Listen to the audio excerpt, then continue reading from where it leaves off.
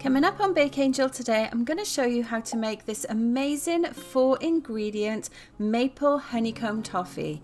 Let's take a quick look at our ingredients. We need 200 grams of white sugar, 1/3 of a cup of maple syrup, 1/3 of a cup of water, and 2 teaspoons of baking soda. And that's all you're going to need.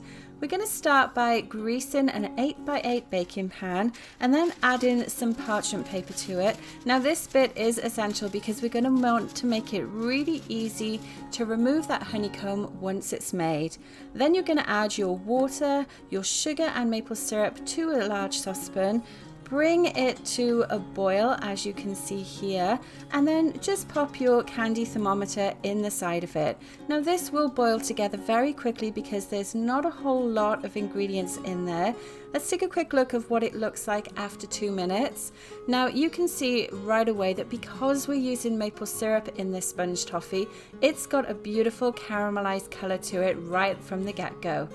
After 5 minutes, it is boiling really nicely. There's loads of nice bubbles there, which are going to create some of that airiness in the sponge toffee as well. And we're going to keep going until it reaches 300 degrees Fahrenheit, like it has here after 10 minutes.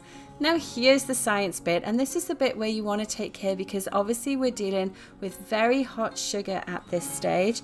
And what we're going to do is take our pan, pop it on a wooden board on your counter, take that candy thermometer out, and then quickly add in your 2 teaspoons of baking soda.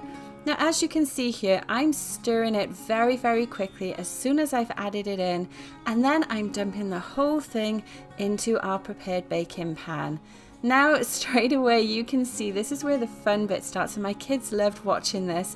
It actually grows. Some of those bubbles will form as well from the hot sugar working with the baking soda, and that's all you need to do. That's how easy it is to make honeycomb. Let it cool completely, and as it does that, it will harden as well, and then you can easily remove it from the baking pan just by using the edges of that parchment paper. Now look how great this looks as well. So normally if you're making sponge toffee, you wouldn't need to add the maple syrup to it, but because it's one of our favorite flavors to use at any time of year, and because we're Canadian as well, we wanted to add it for an extra flavor dimension. Then cut it up into pieces and enjoy. And look how beautiful it looks inside. It's got that beautiful mapley color as well, and I'm sure you're gonna love this.